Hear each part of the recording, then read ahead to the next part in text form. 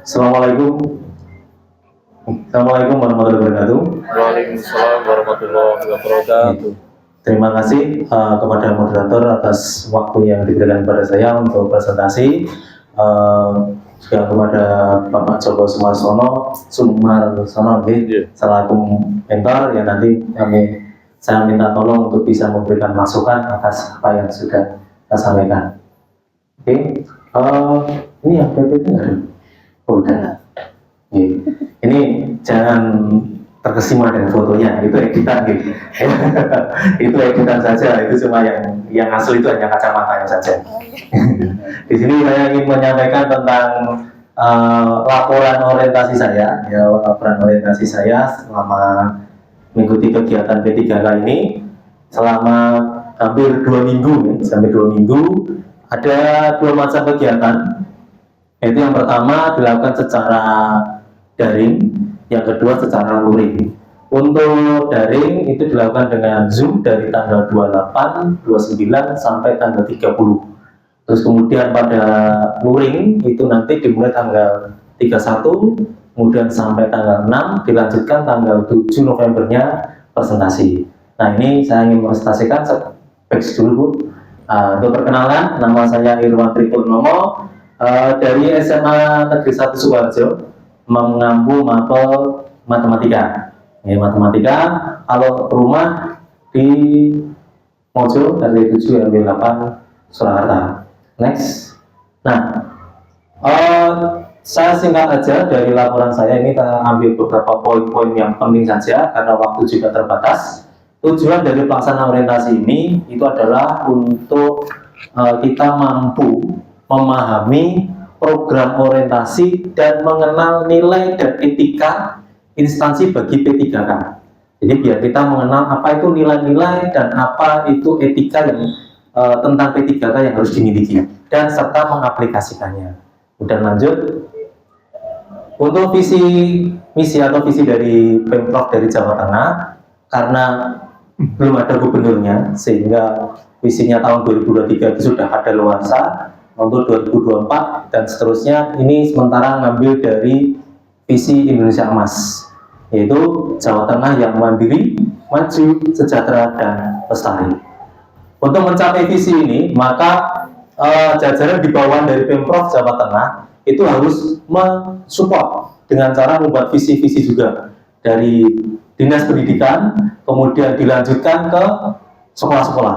Nah, ini visi dari OPD saya dari SMA Negeri 1 Sukoharjo untuk mencapai apa yang menjadi visi-visi dari Pemprov Jawa Tengah, yaitu unggul di bidang Intek dan Iptek berbasis lingkungan, ramah anak, serta berwawasan internasional. Lanjut. Nah, bagaimana bisa mencapai visi-misi itu? Maka setiap pegawai atau P3K atau guru ASN harus bisa membuat RHK. Nah, tujuannya adalah untuk jadi acuan biar nanti kedepannya itu biar tepat sasaran, orang cuma gaco jalan, gitu ya. Nah, ini RHK saya itu dari unit SMA Negeri 1 Sukoharjo, jabatan minggu hari pertama guru matematika, masa kontraknya 2023 sampai 2029. Ada 4 yang saya ambil, sebenarnya ada 6, saya cuma ngambil 4 saja, menyesuaikan durasi. Nah, dari 4 itu nanti akan dijabarkan satu persatu. Next. Nah, yang pertama, RHK yang pertama ini adalah terkelolanya, ini dari pimpinan yang terintervensi ya. Kelolanya pelaksanaan pembelajaran. Nah, pelaksanaan pembelajaran yang terlaksana. Nah, dari RHK saya itu terlaksananya pembelajaran melalui perencanaan dan perangkat penilaian atau asesmen yang mengacu pada KWSP. Jadi terlaksananya kegiatan pembelajaran. Nah, aspek yang diambil adalah kualitas, indikatornya adalah tingkat kehadiran. Ya, tingkat kehadiran di dalam kelas untuk meningkatkan kualitas pembelajaran dan mengacu pada KWSP. Nah, kata kuncinya adalah kehadiran. Jadi fokusnya ke situ.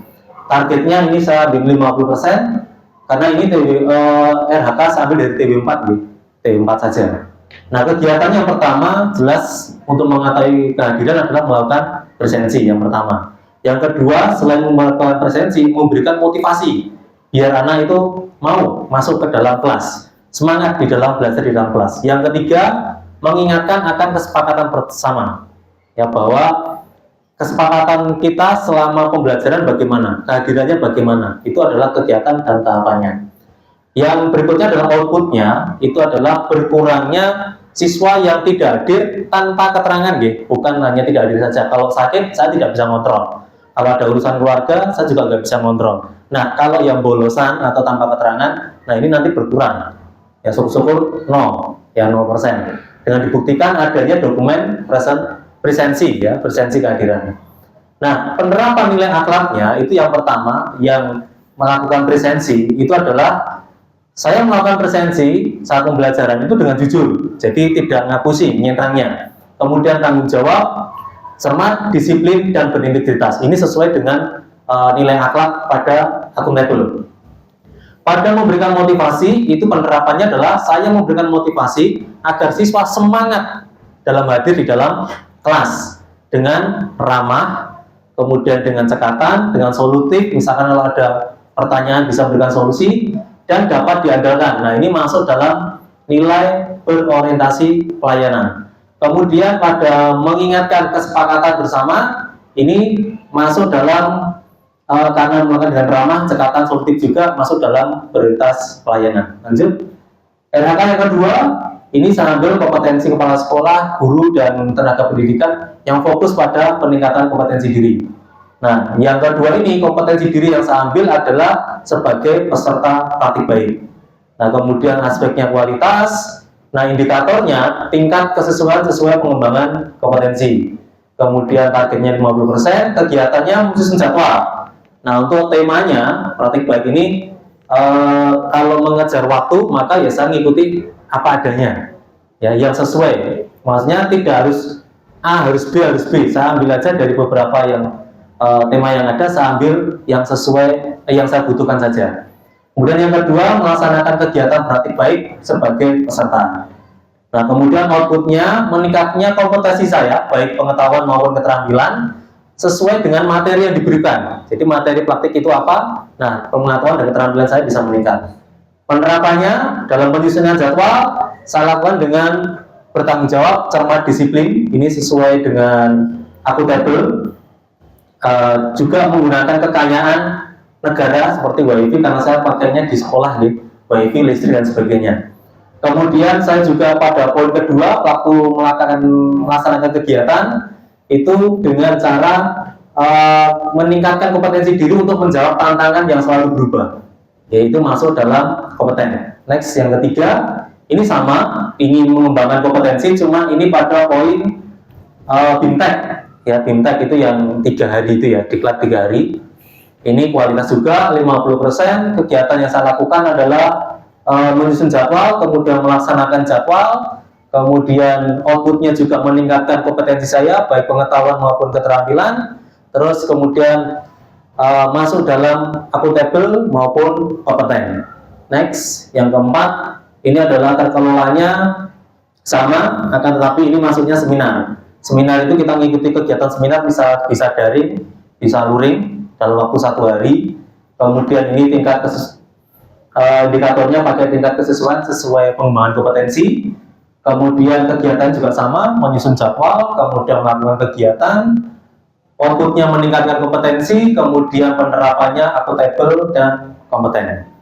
Kemudian next, oke. Mungkin itu yang bisa saya sampaikan dengan presentasi saya. Mungkin ada yang mau ditanyakan Bapak Ibu semuanya. Monggo Ibu. Assalamualaikum warahmatullahi wabarakatuh.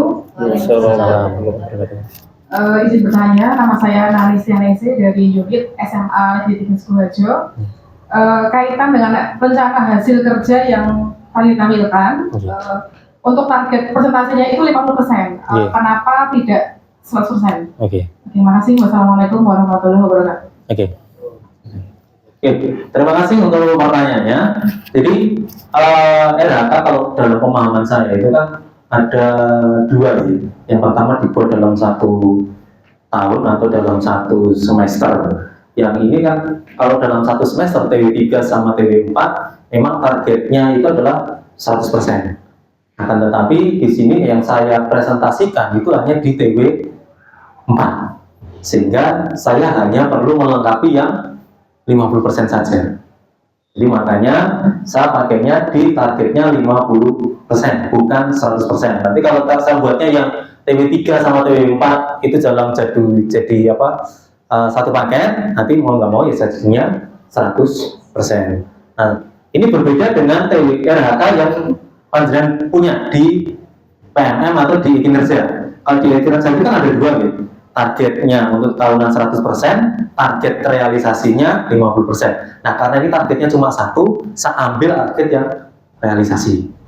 Itu makanya saya pakai yang 50%. Mungkin itu bisa menjawab pertanyaan. Mungkin ada yang ditanyakan lagi, Bapak Ibu semuanya? Cukup, terima kasih.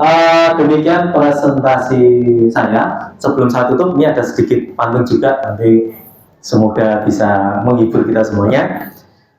Bapak Kadir jadi petani, punya lahan ditanam jati.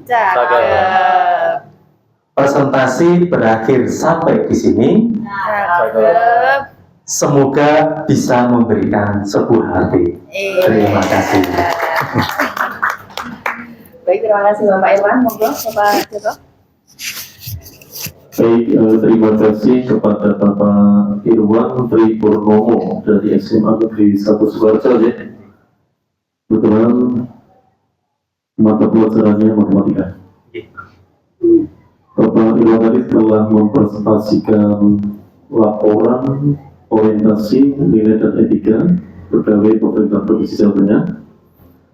Kalau melihat dari kesesuaian antara tujuan dan isi presentasi itu sudah sesuai ya, diawali dari latar belakang, kemudian tujuan termasuk manfaat, juga sampai di bagian pembahasan. Kemudian dari tampilan presentasi ini sudah cukup baik dan bisa menjelaskan apa saat melakukan presentasi. Kemudian terkait dengan validitas konten isi presentasi ini sangat valid ya, karena memang sudah sesuai dengan substansi materi yang harus dilaporkan. Lalu yang keempat terkait dengan cara penyampaian, ini sudah cukup komunikatif ya dalam mempresentasikan hasil laporannya. Kemudian media ataupun pendukung yang digunakan itu sudah sesuai ya, sama dengan yang tadi, yaitu menggunakan alat bantu media PowerPoint. Ya, saya kira ini evaluasi dari kami secara umum sudah sangat baik. Terima kasih. Ya, baik, terima kasih kepada Bapak Irwan dan Bapak Joko.